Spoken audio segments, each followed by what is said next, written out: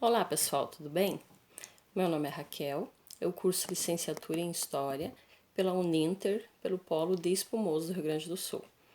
E ontem eu postei um vídeo e daí eu falei para vocês, né, que nós estamos fazendo os estágios agora de forma híbrida, por causa da pandemia e do Covid, né, toda a situação que a gente está vivendo aí nesse momento. Então, a gente está fazendo de maneira híbrida, né, de um formato extensivo. E eu fiquei então de trazer para vocês, né, hoje, para nós falar um pouquinho sobre a Era Vargas. Lembra que eu falei que nós íamos falar sobre a Era Vargas, os jesuítas, a Primeira e a Segunda Guerra Mundial.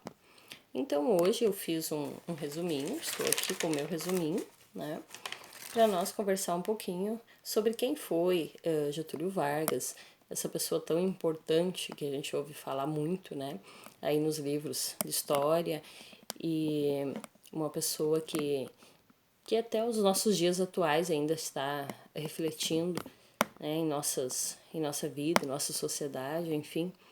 Então a gente vai estudar um pouquinho sobre ele. Eu tentei fazer um resumo, trazer alguns tópicos aqui, né?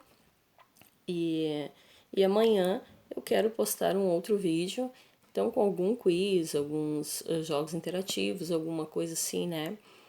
Nesse sentido também. Então, Getúlio Vargas, ele nasceu em 19 de abril de 1882 e faleceu em 24 de agosto de 1954. E Getúlio Dornelles Vargas, ele foi advogado, foi militar e foi um político brasileiro. Ele foi líder também da Revolução de 1930, que pôs fim à República Velha, depondo seu 13º e último presidente, Washington Luiz, e impedindo então a posse do presidente eleito em 1º de março de 1930, Júlio Prestes. E ele foi presidente do Brasil em 2 períodos. O primeiro foi de 20 de julho de 1934 a 29 de outubro de 1945. E o segundo período foi 31 de janeiro de 1951 até 24 de agosto de 1954. Foram então esses 2 períodos que Getúlio Vargas foi presidente, né, do nosso país.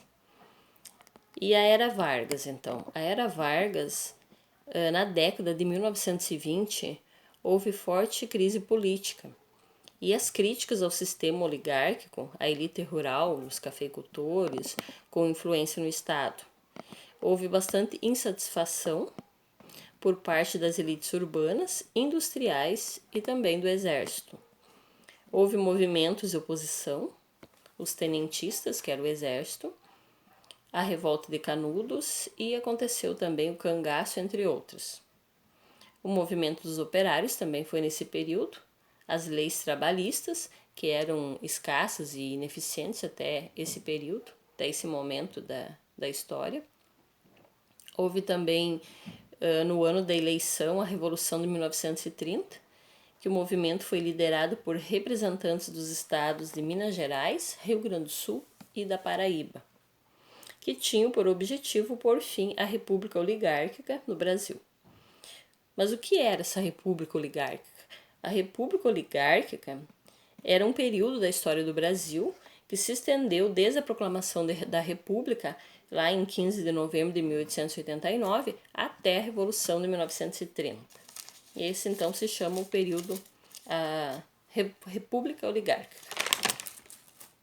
Também a junta militar depôs o Washington nesse período, né? O Washington Luiz, que era o atual presidente, impediu a posse de Júlio Prestes, indicado por Washington, e transferiu o poder para Getúlio Vargas, que era a oposição. E entre 1934 e 1937, o que ocorreu nesse período? Ocorreu então a criação de um colégio eleitoral, o voto secreto e participação eleitoral feminina.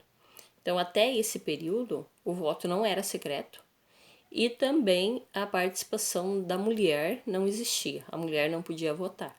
E nesse período houve então a criação do colégio eleitoral, que agora o voto era secreto e obrigatório. E a participação eleitoral feminina. A mulher então podia agora, né, votar e também se inserir ali, né, na sociedade, né, que iria eleger o futuro presidente do país. A oposição também dos comunistas, a tentativa de depor Getúlio Vargas, liderado por Luiz Carlos Prestes, na chamada Intentona Comunista. Nesse período também teve o Plano Cohen, que foi em 1937, né? O governo divulgou o suposto plano comunista para a tomada do poder. Esse plano Cohen, ele serviu como argumento para a implantação da ditadura varguista. Serviu também, ele marcou, na verdade, também o princípio do Estado Novo, que foi ali entre 1937 e 1945, que já foi a fase ditatorial. E nessa fase foi então reforçado o poder, reforçou o seu poder, ele reduziu as liberdades civis e implantou a censura. Houve intensa propaganda política e a aproximação das massas. Nesse período também Getúlio Vargas ficou conhecido como o pai dos pobres. Ele estava tentando conciliar ali, enfim, né? As questões não estavam nem do lado nem do outro. E estava realmente, né, tentando ajudar de alguma forma, né, a população de renda mais baixa. E as pessoas então começavam a chamar ele, né, principalmente as massas mais carentes ali, de pai dos pobres. Também era chamado por Dr. Getúlio, por outras pessoas. Houve também ali a implantação do DIP. O DIP era o Departamento de Imprensa e Propaganda, controle dos meios de comunicação, a Hora do Brasil, que é a atual Voz do Brasil, a industrialização estatal no Vale do Rio Doce e CSN. A CSN, então, é a Companhia Siderúrgica Nacional. A consolidação das leis do trabalho, a CLT, hoje bem conhecida por nós, né? A consolidação das leis trabalhistas foi nesse período aí. Os sindicatos passaram para o controle do Estado, proibiu a pluralidade dos sindicatos e também houve ali o enfraquecimento do Estado Novo. A participação brasileira na Segunda Guerra, ideia de democracia ganha força, né? Eles tinham essa ideia. Desgaste do projeto político autoritário perante a sociedade e a criação de novos partidos. A demanda por novas eleições e Vargas decretou a realização da eleição presidencial de 1945. E em 1945 foi deposto do poder pelos militares Eurico Gaspar Dutra, eleito então novo presidente. E como que acabou esse governo? Como é que acabou o governo Vargas? Na verdade, o seu governo ele começou a sofrer acusações de corrupção. E um dos seus seguranças foi acusado de atirar contra um deputado e matar um oficial militar. E não aguentando então essa pressão, Getúlio ele acabou se suicidando. Ele suicidou-se nos seus aposentos, no seu quarto, no Palácio do Catete, no Rio de Janeiro, no dia 24 de agosto de 1954. A sua influência, ele se estende até hoje, né, em nossos dias. Não tem como você estudar história sem estudar a Era Vargas, o Getúlio Vargas, quem foi, enfim, né, foi uma pessoa que nasceu no Rio Grande do Sul, é gaúcho, e desenvolveu um papel muito importante, né, na nossa história. E a sua influência, então, se estende, como eu falei, né, até os nossos dias atuais. A sua herança política também se estende. E foi invocada por pelo menos 2 partidos atuais que ainda existem até hoje, que foi o PDT, que é o Partido Democrático Trabalhista, e o PTB, Partido Trabalhista Brasileiro.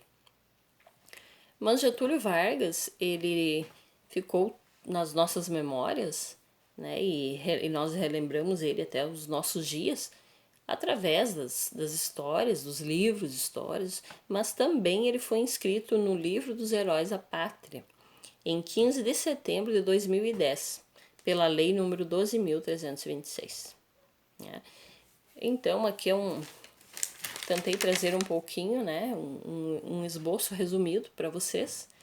E amanhã a gente vai falar mais um pouquinho sobre a Era Vargas ali.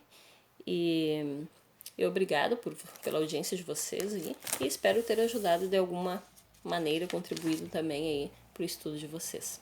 Um abraço e até o próximo vídeo.